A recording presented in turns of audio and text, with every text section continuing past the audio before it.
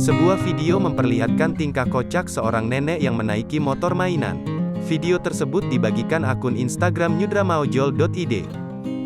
Dalam video tersebut terlihat tingkah lucu seorang nenek yang mengendarai mainan motor cucunya. Tinggal lucunya itu diabadikan oleh sang anak. Terlihat raut muka sang nenek yang cukup lucu karena baru merasakan mengendarai mainan tersebut. Video tersebut kemudian viral di media sosial dan mengundang reaksi kocak para warganet yang mengomentari video tersebut.